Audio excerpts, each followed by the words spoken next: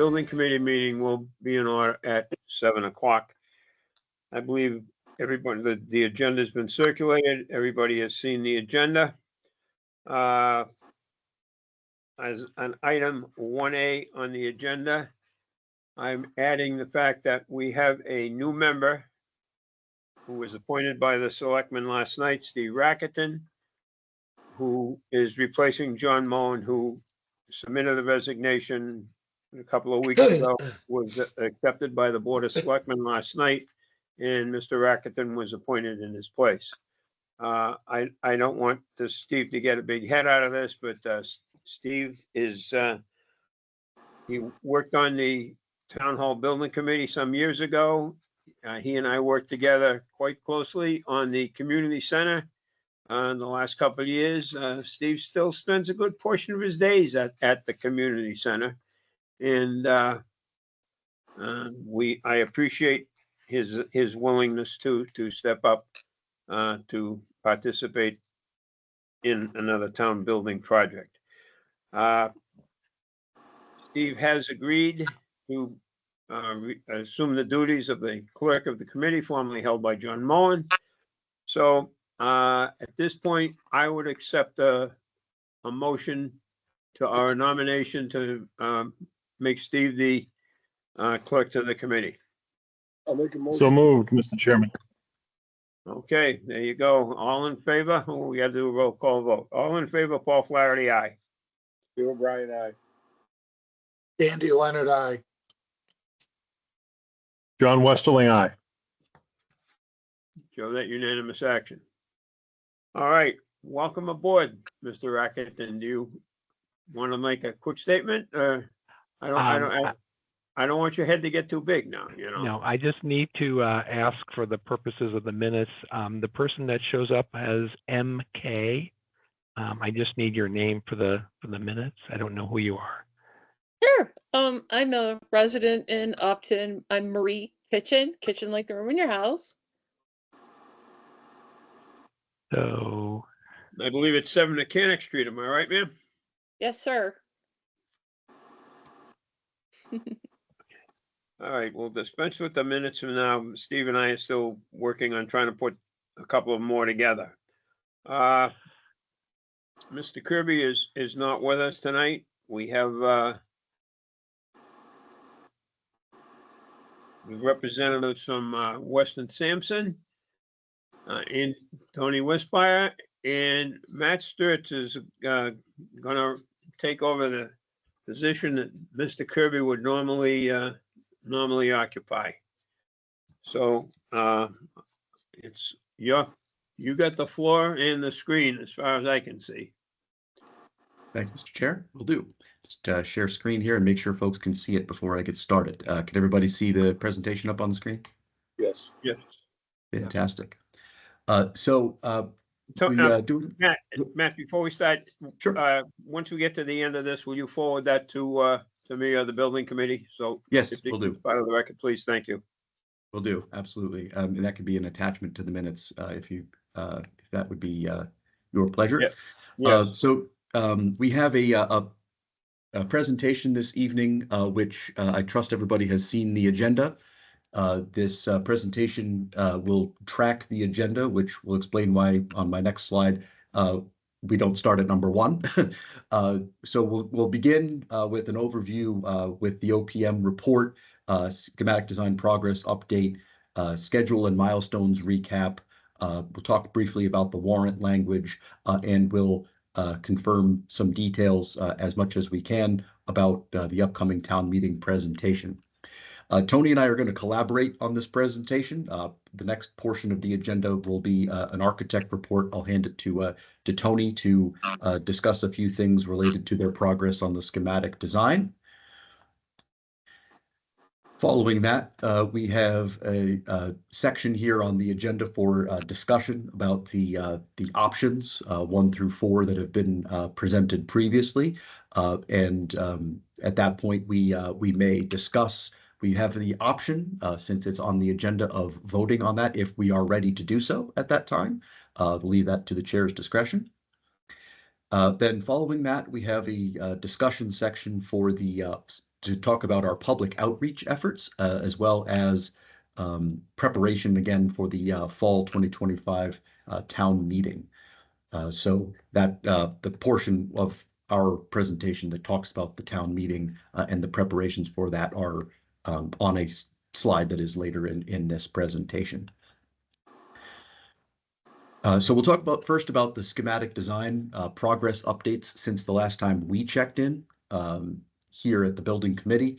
We did receive the hazardous materials survey as well as the geotechnical investigation as part of the site investigation work that Weston Sampson and their team performed. Now, you may recall that at the last meeting, we advised that those efforts were underway. We've gathered the data, and as of earlier today, we've received final drafts of those reports. I'll let Tony speak to some of the detail and some of the conclusions of those reports in his architect update. We've also had Upton Heritage Day as a public outreach, public engagement session that was attended by members of this DPW Building Committee, as well as, sorry about that, Vertex and Weston and Sampson. We had two stations set up at the Common and at the fire station. So that was a success. As part of that, Weston and Sampson prepared poster boards and flyers, which are going to continue to feature as part of the public outreach that is ongoing at this time, and that we'll talk more about later on in the presentation. And there's also been further development, not so much graphically, but in terms of the behind the scenes effort on the site plan that I'll let Tony speak to in as much detail as he would like. We also just noted here as part of change and progress as far as the committee is concerned that Steve Rakuten has joined the committee. We wanted to make sure we mentioned that as part of the presentation, preempted by Paul's wonderful introduction. So as far as schedule progress, I'll outline a couple of milestone dates just to keep the big picture in mind here. So we're in, since this is being recorded, I'll do a full accounting of this since we may upload this eventually to the project website once the recording is available. So we'll start here in what is called phase 1, which is the schematic design, which is began in May of this year and is continuing up through the fall town meeting. So schematic design is currently underway. We'll hear more about Weston Sampson's progress in just a minute here.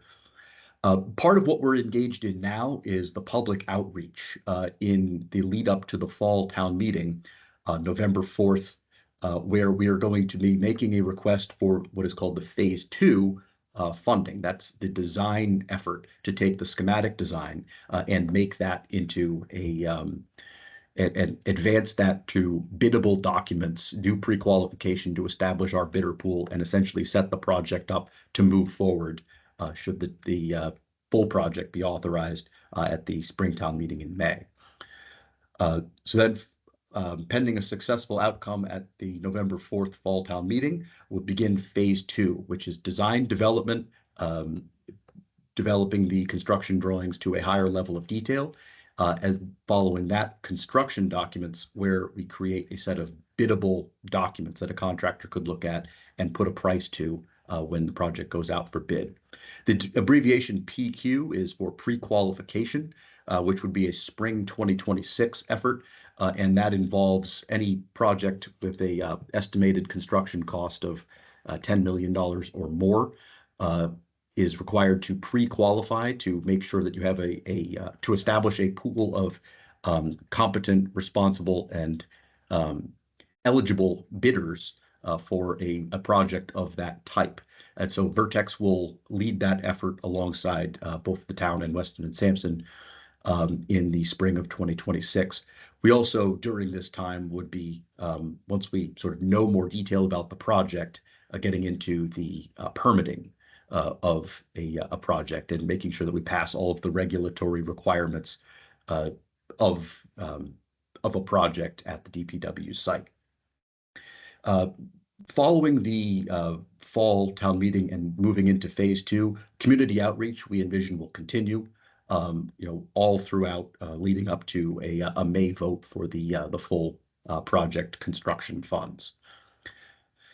As part of the lead up to that, I should also add that there is a period we anticipate March through April of 2026 where we'll review the budget with all of the applicable boards and committees in town. During this time is also about when we would be doing the pre-qualification effort to establish a bidder pool so that we're ready to go pending a successful outcome at the town meeting and the ballot vote for the project. Now that would authorize the construction funds based on a CD level estimate, which is as much detail as we can give you about what the project will cost without having an actual contractor hard bid in hand. So pending a successful vote from town meeting and the ballot, May and June, we would be greenlit to go ahead and bid the project and begin construction. Now, there are a couple of different options that would involve different levels of renovation, reuse of existing structure, or full-on new construction that have different ramifications as it relates to phasing. And so we've provided a range of what we think could be possible construction durations, but we can't put quite so fine a point on it yet to give you an exact duration. And then following construction would be a closeout period. That was a lot in a very short amount of time. I'll pause here to see if folks have any questions.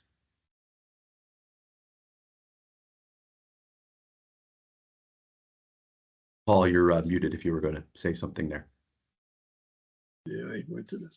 I just let the record show that Mr. Johnson has joined us. Thank you. Back to you. One question. Go ahead, Steve. One question for Matt. Just a little while ago, Paul and I talked about having a public hearing, a public meeting in Upton in the end of October. I don't know if that's something that you would and Weston and Sampson would participate in or not. Yes, and actually, I was going to cover that in a couple of slides. Okay, sorry. Okay, nope. Thank you. It's a good question and is something that we want to do as part of bullet point number 2 here in getting the word out in advance of the fall town meeting. Okay. This slide may look familiar. This is in relation to the amounts and the different components of what will be the funding ask for the fall town meeting, which we anticipate being this $2.5 million number here. So this is made up of the designer's anticipated fee for the remaining phases of work, as well as the OPM fee. Other soft costs that we currently anticipate, as well as a 5% contingency to cover what I guess I'll describe as unknown unknowns, things that we may discover would be prudent to do as part of the design and further study of the proposed solution that we want to make sure that we have budget to cover.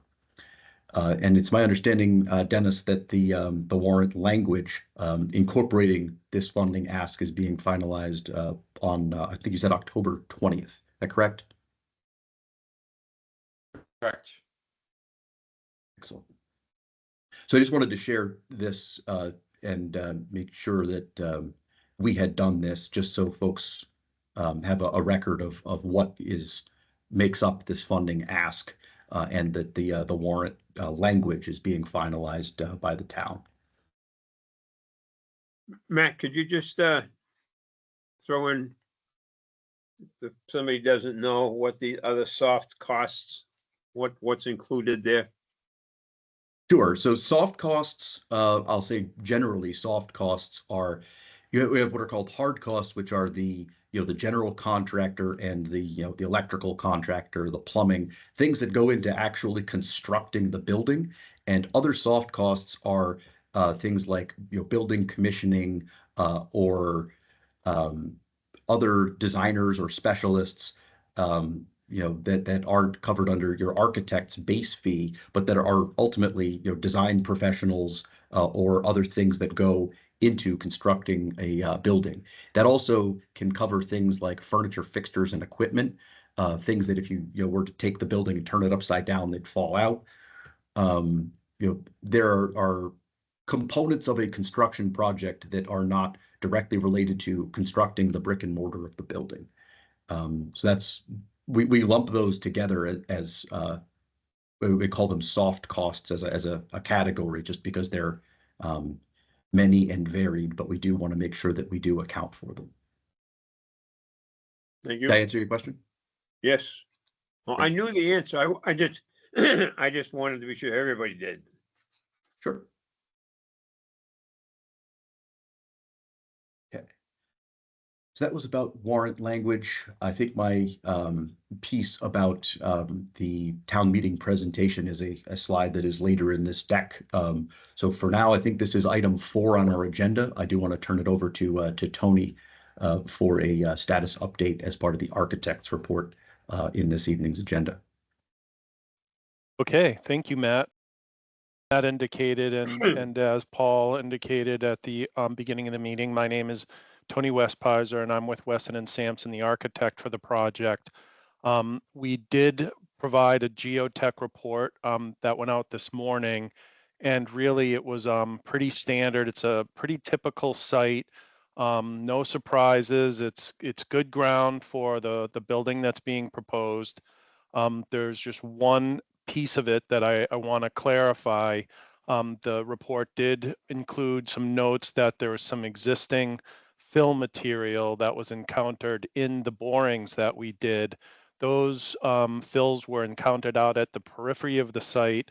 And the notation, the geotechs consider that important because the building should not be placed on filled materials. So if any fill materials were encountered in the area where the building is to be constructed, foundations and slabs and so forth, we'd want to require that the contractor remove those materials and replace them with structural fills. The only reason that's in the report is because it was found at very shallow depths out at the outer extremes of the site. Dennis made a very good point during our working group today that we wouldn't expect to see any fills at all because when the site was, or the building was originally constructed, it was a net cut site. So it's not like they brought in fill materials to construct the existing facility. So we don't expect to see much in the way of fill or any at all. It's just a conservative notation by the geotechnical engineers making, and we'll make sure in the contract documents that we're addressing that and making sure that that's not a, we'll put boundaries on it so that a contractor can't go crazy with unsuitable materials or removal of fill materials and take advantage of the situation. This is a pretty typical situation, and we're pretty comfortable with this. So I am going to pause for a moment to see if there's any questions on anything I've said so far. No, as far as that material you just alluded to, there's still a couple of people around that were involved in that project 30 years ago. And I'll see if I can reach out to them to see what, see if they recall anything. Yeah, Oh, just one of them, Mr. Chairman, is here tonight. Germane to the thing. Dennis? I said, one of the gentlemen is here tonight, John Johnson. Johnny remembers, I'm sure. Johnny, were you around when that building was built? You're muted, by the way, John. You're still muted. You got to hit the little microphone.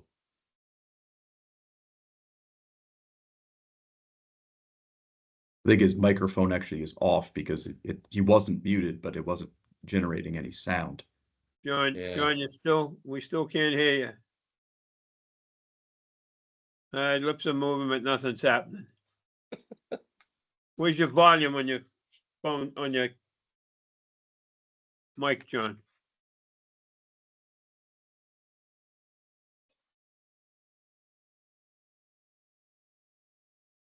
Still muted. What, John, do we have to send the cops up there to get you to turn the machine on?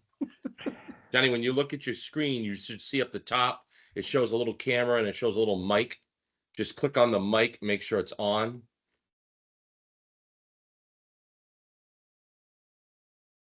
Might be a little arrow next to the microphone that gives you some options and gives you the chance Yeah. to turn the volume up.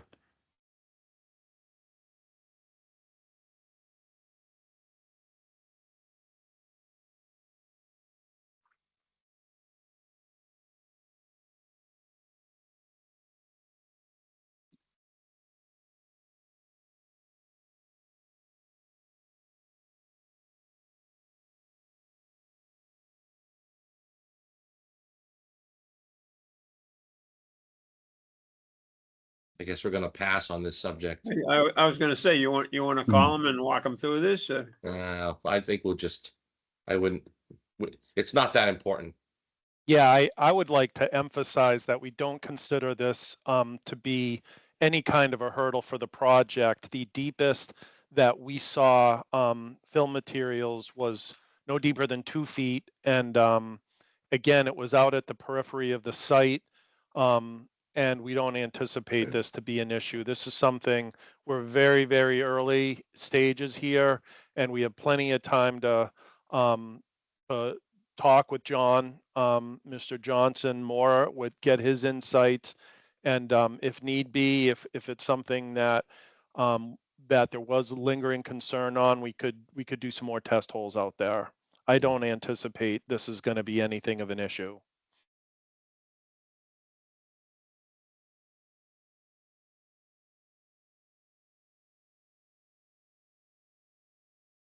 Should I go on, or are we gonna, Yes, you wanna? please. Okay.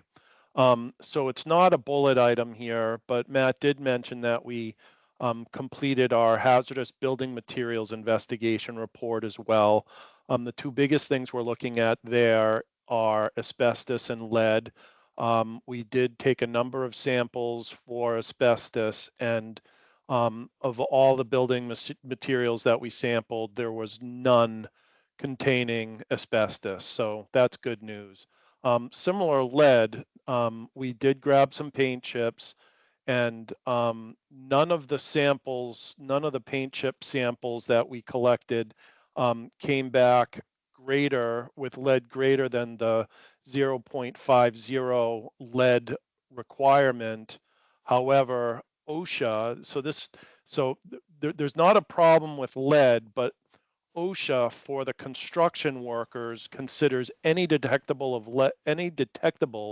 level of lead to be a potential exposure if dust were to be generated. So all that means is that we need to include a specification in the contract documents for lead, addressing the presence of a lead risk with requirements for how that's going to be done. It's very, very common on projects like this, whether we're doing demolition or renovation. And it's just a matter of making sure that the contract documents and specifications adequately address the issue. And that led, well, both those reports, by the way, the geotech report and the hazardous building materials report, will be included in the contract documents. So contractors will have the full information in addition to the requirements that we'll put in the contract. So anyway, that's it for the geotech report and the HBMI report.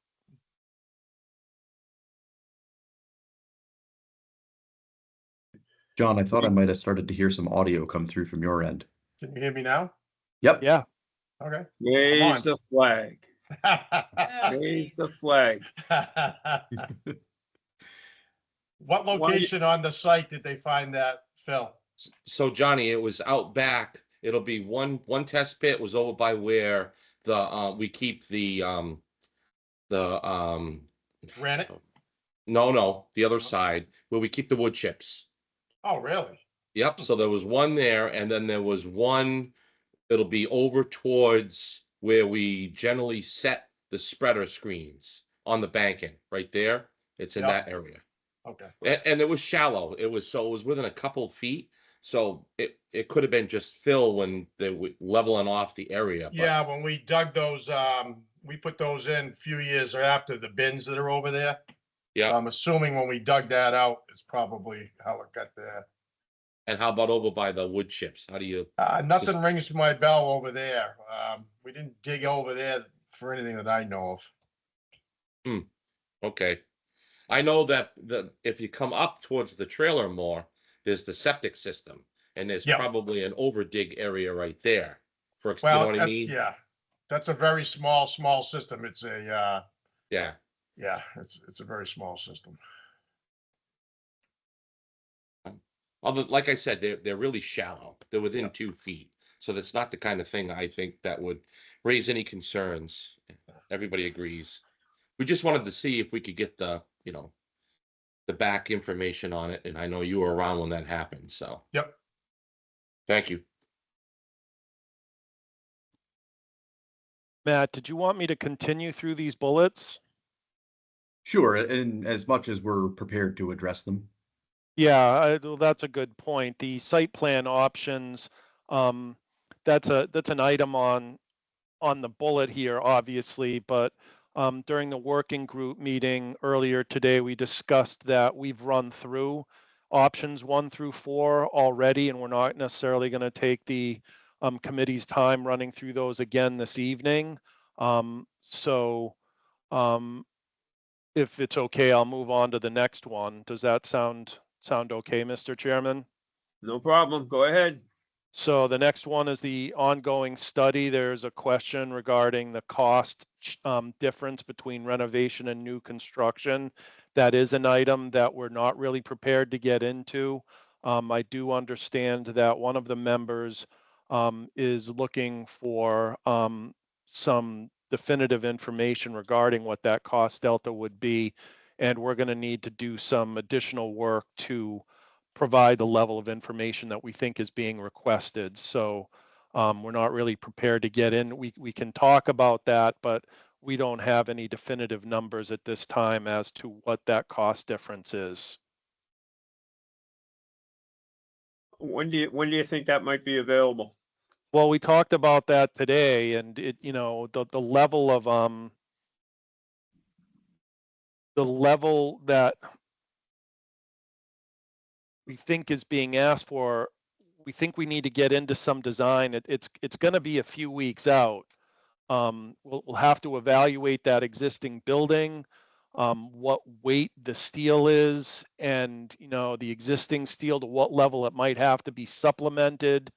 For what uses would we need to be putting solar on top? There was some discussion that the requirements to have roofs ready with solar, those code requirements may or may not apply to that building. It is an existing building, so on one hand, maybe it's grandfathered, but on the other hand, with the size of the addition we're contemplating, that may trigger a code requirement that would require it to have be solar ready. So there's a lot of things we have to look at. And Mr. Chairman, I don't have a guess. It's at least a couple weeks out.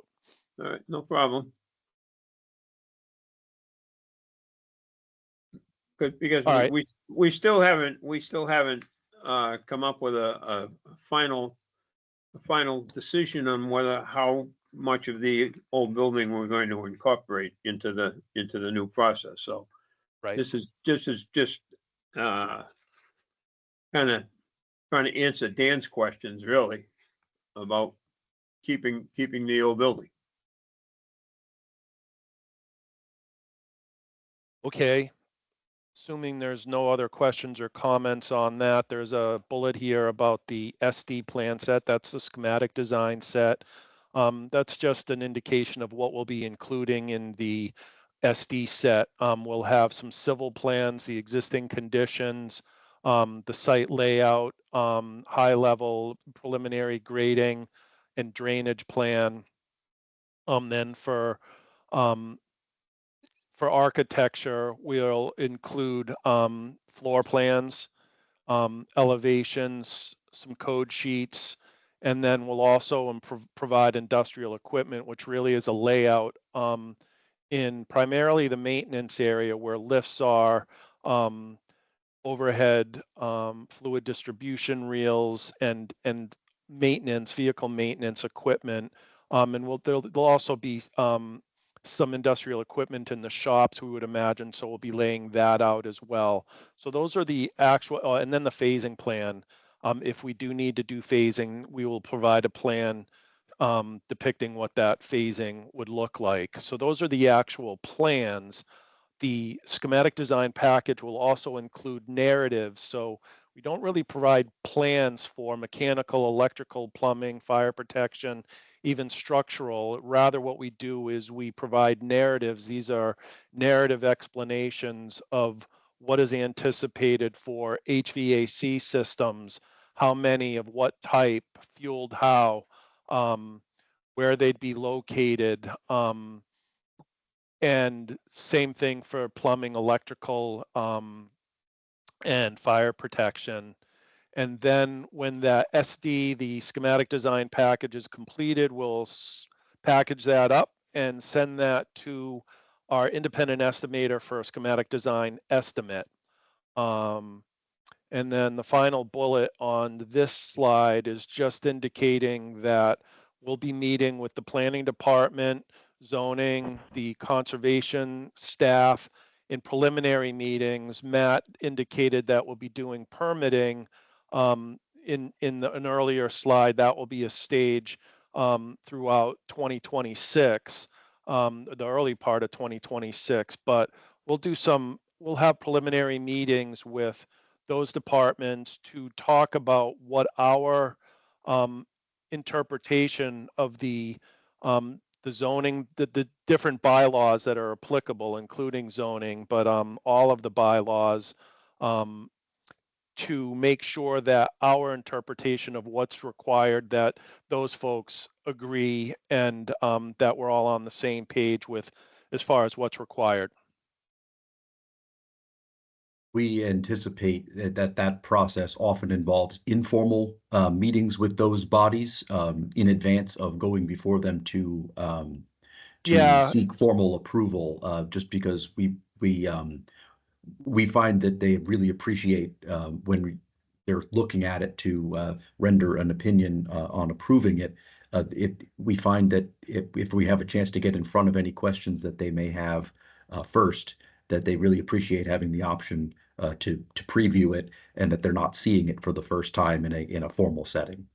And to be really clarifying that a step further, typically we're not meeting like with the planning board. We'd be meeting with staff in the planning department, Correct. the town planner, the conservation agent, for instance. Correct.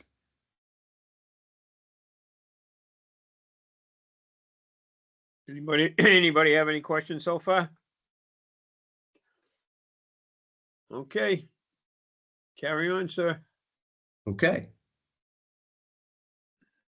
So this slide corresponds with item 5, where we had on the agenda, I should say, where we had left open this as a lane to discuss the options further. I don't know, Mr. Chair, if you want to, or if there are any questions about the options as you have seen them, or whether there's any further discussion we may want to do surrounding the options at this time. I'm comfortable with it, but I don't know if any other of the members might have some questions on it. Andy or John, anything there? Dave O'Brien? Andy here. Dennis, I was just curious which one you're leaning towards.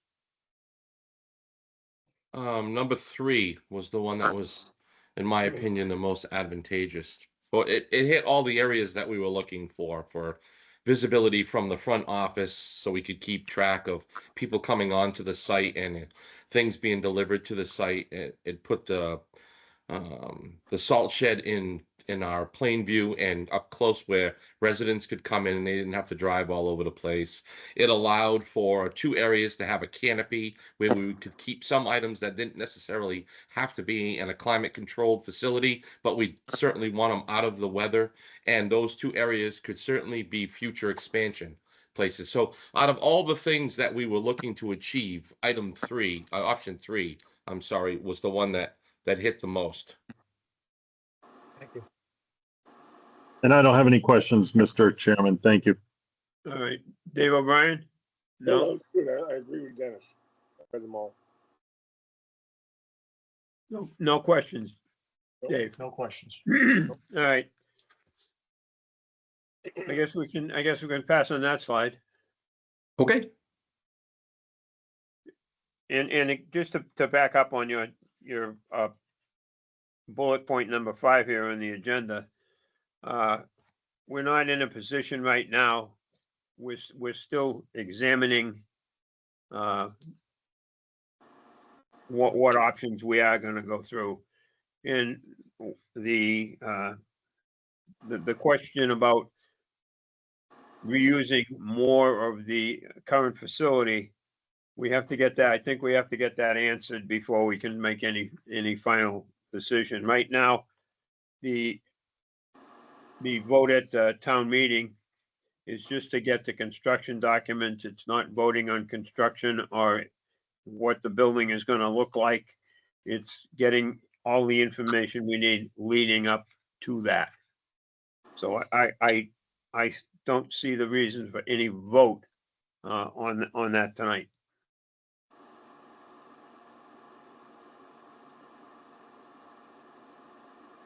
That's period. Okay.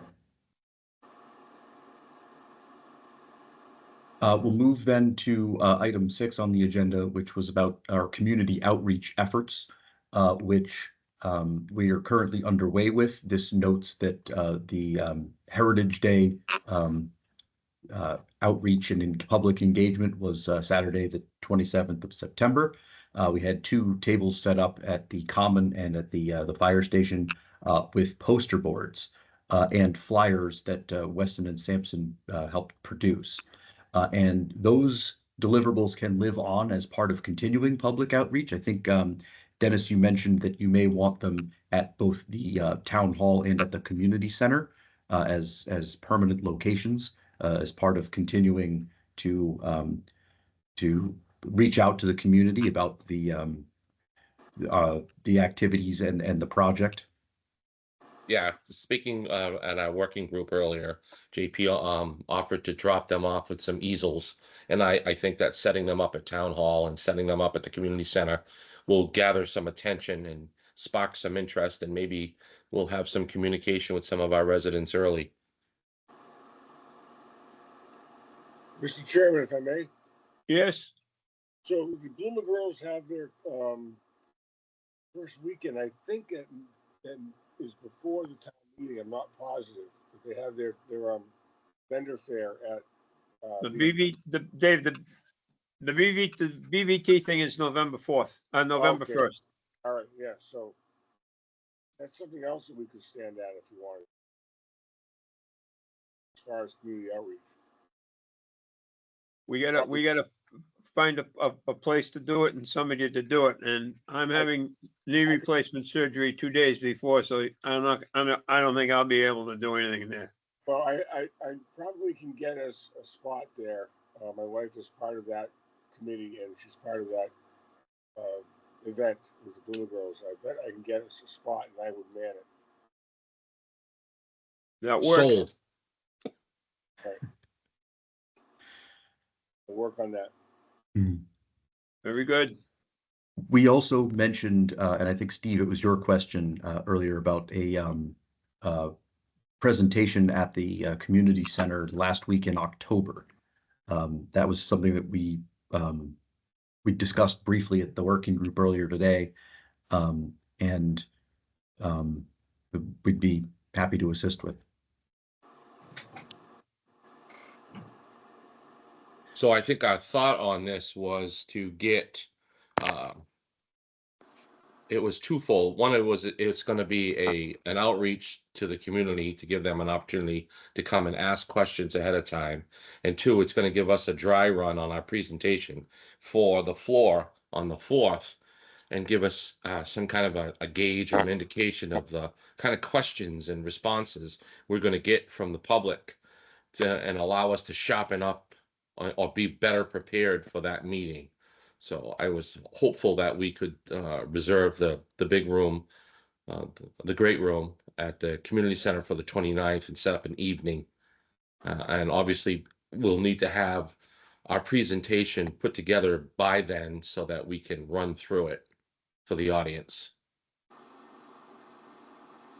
Well, we had alluded earlier today of trying to have everything in place by the 22nd, I believe. We moved these working group meetings up to the 15th to 22nd, leading up to the presentation at the community center on the 29th. I thought that's what I kind of wrote down here. Mhm.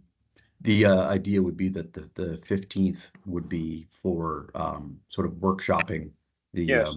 some of the presentation and building something out of the material that we've done as part of our schematic design efforts to date, Right. to make it cohesive and ready to share. Now,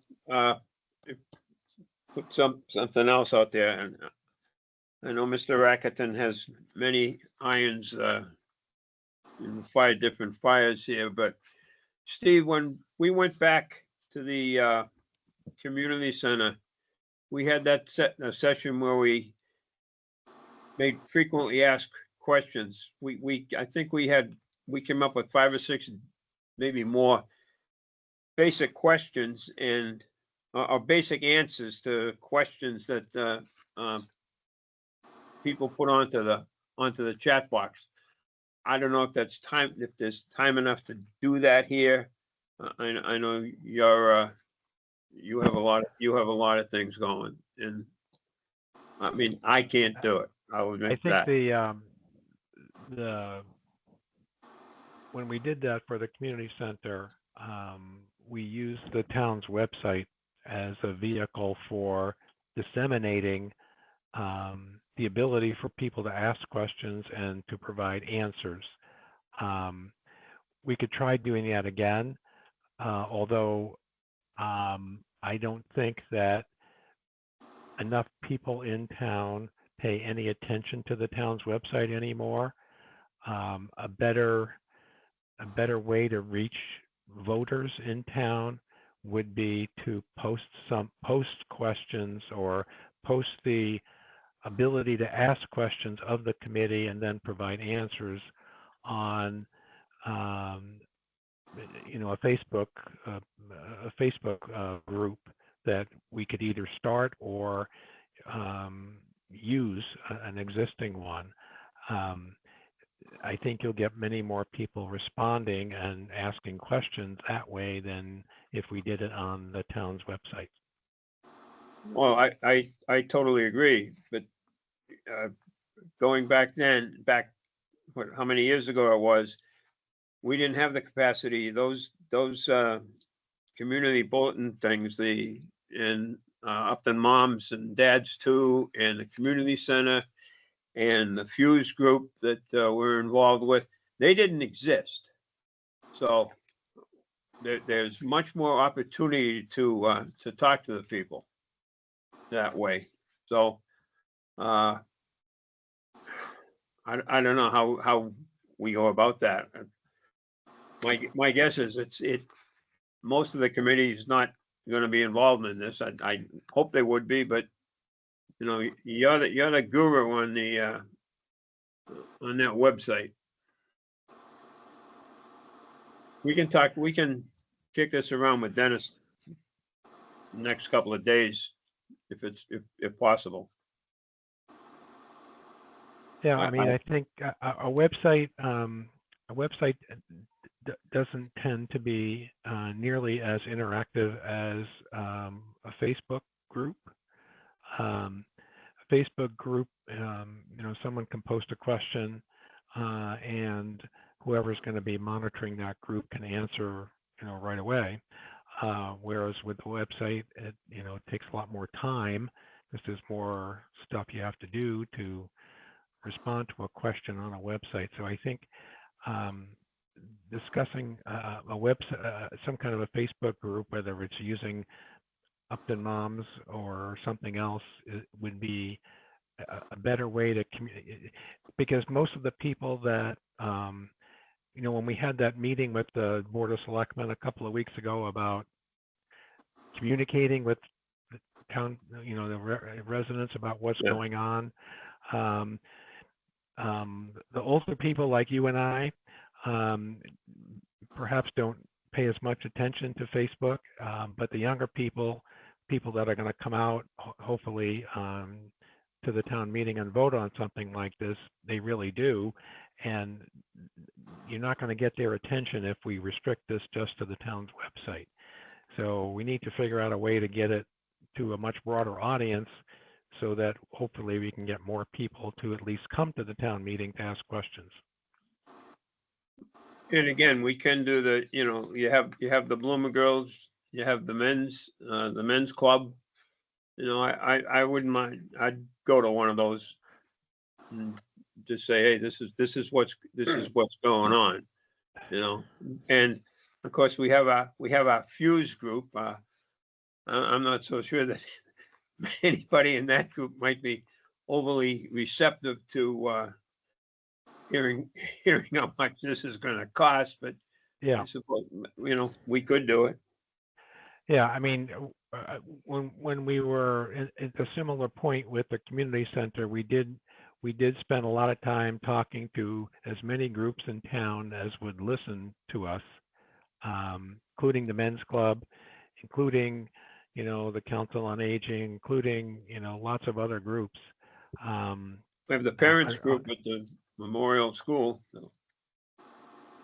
Right, but the problem is we're less than a month away from the town meeting, so there isn't a lot of time to get on anybody's calendar to do some kind of presentation like this.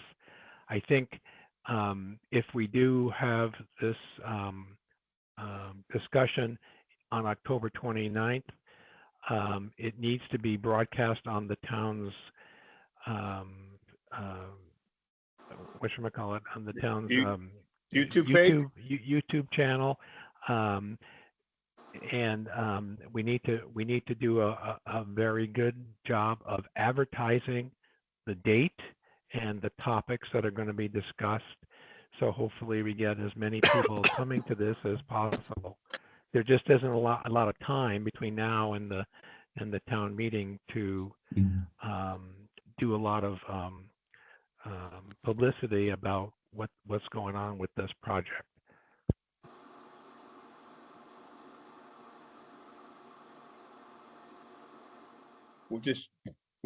I suppose we could just check around and see what groups we might be available and see what we can do to get on their agenda. I don't know I know the Bloomer Girls, what they met last night or tonight? They met on Monday, so they're already gone. Yeah. Yeah, our board of directors meeting for the men's club was Tuesday night, was last night, and I did not attend that, so. Yes, so. I don't know I think Chief Palmieri is coming to the next meeting, guest speaker. I can ask if there's a possibility that someone can speak at that. I will do that. Before we can speak to any of these groups, though, we gotta have some indication of what it's gonna cost.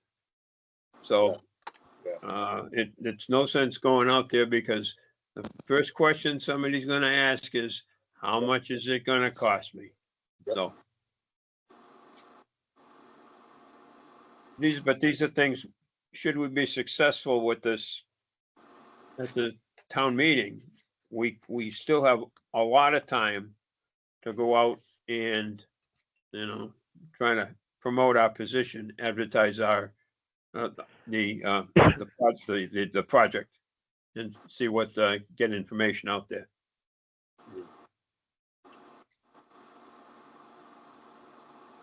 All right, go. Sure. A number of the items that we hadn't touched on yet are actually related to the point that I think Steve was making there. They're sort of digital in nature, and I do believe that the flyer that Weston and Sampson produced has a QR code to it to go to the town website, which we'll want to be working with town IT over the coming weeks to get updated. I think it currently features some information from the feasibility study, and we need to make sure that all the schematic design information that we want to share about our efforts is reflected on that. Well, I would hope we get that within by the end of the week anyway. And please let me know, Dennis, if there's anything that you don't have that you want to put up that's material we've generated today. Absolutely. Thank you. Dennis, does Kathleen Byrne run that now? Yes. All right. Well, she also does that town newsletter or whatever it is too, but there's not really a whole lot of space on there to do what we want to do. And again, I don't know how many people look at that either. Do you have any idea?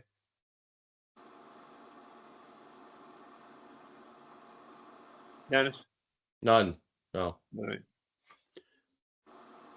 right, Matt. you So still then there? the last item under item 6 for our presentation is the talking about the fall town meeting. A couple of the particulars we know that it's November 4th. The warrant article language is going to be set in stone come October 20th. The funding ask in that warrant language is for the $2.5 million that we talked about earlier. And our working group sort of workshop on the 15th is going to take an initial pass, at least, at setting up some information for the presentation. But we want to sort of discuss with this group what that presentation wants to be and identify who may be speaking to some of the material. Certainly, Vertex and Weston and Sampson may have a role in some of the technical side of it, but there may be parts of the message that want to come directly from the town. I know, Dennis, you've expressed an interest in being a big piece of that presentation, but just I wanted to discuss with this group what we if there are any initial thoughts about what that presentation might be and who might be involved in delivering it. Well, if we just take an introduction, somebody do an introduction, I don't mind doing that, as long as it doesn't run more than 10 minutes. And we do highlight the things. The issue is we still have to get the information from the financial directors too, because that's driving the question is how much. And just to back up a bit, Matt, I believe the warrant language is going to be set in stone on Tuesday night because it has to be posted by the 20th, and the Finance Committee, Board of Selectmen, and Capital Improvements going to be meeting with the selectmen on Tuesday night to go over that, to go over all the articles. Yeah, our goal will be to have the board vote on the articles that are going to go forward, and that will be written in stone. However, the actual language gets reviewed by town council, and they usually tweak out something over the week after that. So some of the language may get some housekeeping, but the articles themselves will be written in stone after next Tuesday night. All right.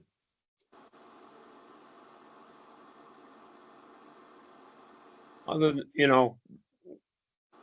we're gonna have conversations next week regarding the working group relative to the presentations. Am I correct there?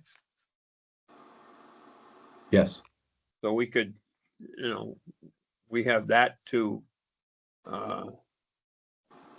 talk about, and we still have until the 29th to basically finalize everything. And I for the third or fourth time, we have to know the number from the financial director before we can get too far along into the presentation, into it, because that's going to be the first question people are going to ask.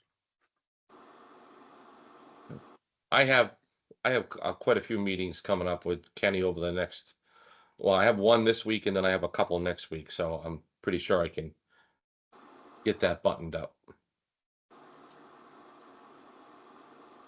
And as far as using some of these Facebook pages that Steve alluded to earlier, is that something that maybe you, Steve, and I want to talk about end of the week? Sure. I don't know, Steve, how your schedule is, but I think I have a doctor's appointment on Friday, but yeah, I don't know. Might be tough. Monday might be easier, but although it's a holiday. just another day to me. Yeah, me too. Well, if we want to do a Zoom Monday, it's fine, but I wasn't planning on coming to Upton on Monday. I don't want you to lose your vacation day. You, as more than anyone, the last couple of weeks, you deserve the day off. And hopefully well, the community center will be closed, so you won't have any HVAC or building management issues to worry about that day. But to that extent, I think that, we'll kind of, Steve and I and Dennis try to get to something up there and get the updated Weston Sampson and Vertex presentations onto the website, for starters anyway. Anybody else? Mr. Westling, you have any, you've done this more than once, getting a building up. You get any words of wisdom for us? Well, Mr. Chairman, I've only done it effectively once, and that was in the town of Hopkinton. That's one more time than we've done it. So what we need is a local champion who will take this up. And that's how it was effective in the town of Hopkinton. We had select board members who promoted the idea. We had folks who were friends of the DPW who promoted the idea. We also had DPW employees who were residents who promoted the idea. One of the things that we learned was that it really has to be a member of the community who's promoting this, not a hired consultant, not an employee who doesn't live in town, who's not going to be impacted by the taxes. So that's where we found success. And it was a matter of the other thing that we showed, and I'm sure this is part of Weston and Sampson's presentation, is the impact of the existing conditions on operations and efficiencies in our team and the any unsafe conditions, and what efficiencies would be built into the new building, how equipment would last longer, how equipment wouldn't have to idle as long, how the men and women would have cleaner and more healthy working conditions. So you need that champion or champions, and then just keep pounding that drum of why we need it. Well, along those lines, we talking about the efficiencies or inefficiencies of the building that we're operating now. We've been paying for that trailer for 30 years. And this is the second one, is it not? I mean, Second or third. Just this, John, do you know remember off the top of your head how much we're talking here a month? Dennis, Ah, it's not a lot.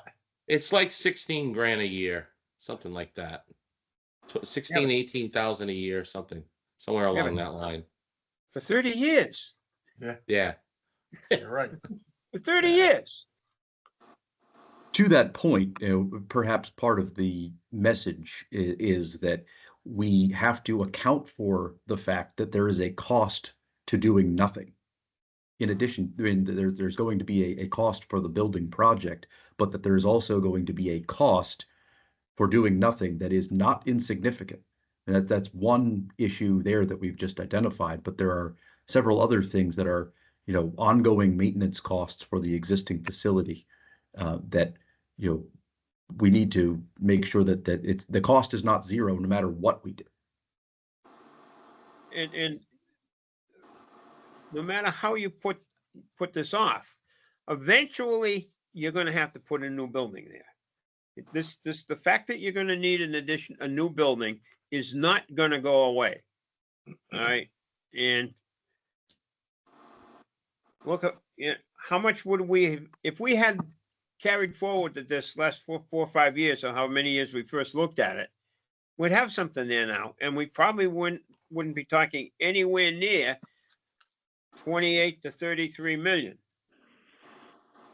So nothing gets cheaper, boys and girls, you know? That's for certain. So, well, we have some things to do here, and I think Vertex and West and Sampson hear what we're talking about. So we just go forward and get this thing, try to get it moved forward. Dennis, in the just out of curiosity on the position on this, I had early conversations where I had with Joe Layden, will say, hey, I want this thing on the warrant before a couple of these other red herrings that might be coming up. And I know the town hall is an important issue, but there's community preservation money involved in that. So that's a little a different animal to talk about, but when we're talking taxation, I'd like to get this thing early on on the warrant, and I think he had it there. I'm looking for the draft warrant at them right now.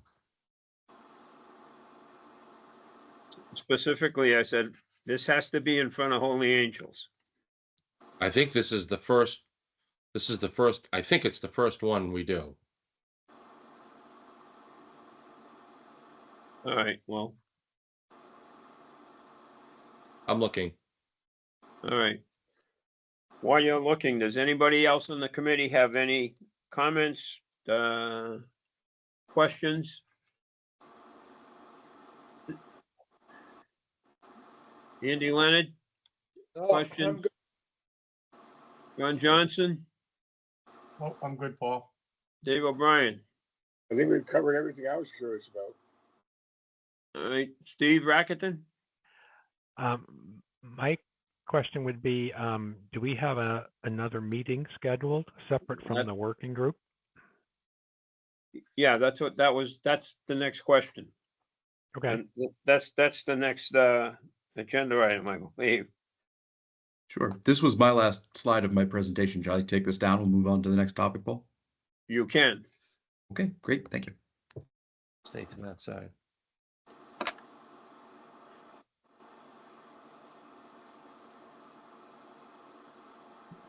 Yeah, Paul, it's in front of them.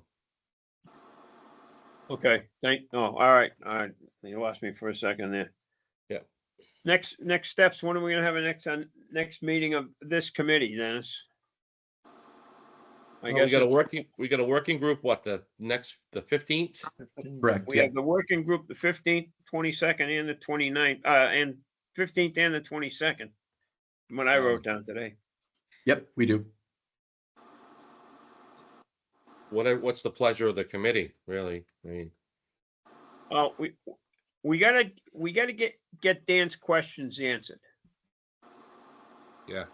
In a manner, in a time when he can let his thoughts be known on what the response to his questions are. Although, as our discussion pointed out earlier today, we don't have to have the option picked for November 4th. That's true. Because we're going for the money to finish the design. And it's during the finishing of that design, we are going to discover which one of those options is the most fiscally responsible. So, All right. All right. So we should have another meeting just before this presentation. What about the 22nd? Does that make any, that's a week before a week before the proposed presentation in the community center? Sounds good. Don't all answer at once, okay? Fine with me. We're available for that. Yep, I'm available. All right. Me too. And in the meantime, Dennis, you and I, Steve and I will kind of pool our thoughts to see what we can put out there onto those websites. Yep. And the question becomes, how do we want to establish our own Facebook page? You're gonna have to be careful when you get onto these things, because once this thing should we get it to the point where it's on the ballot, the committee can't really politic for it. So. Yeah, that's going to be the spring town meeting. So,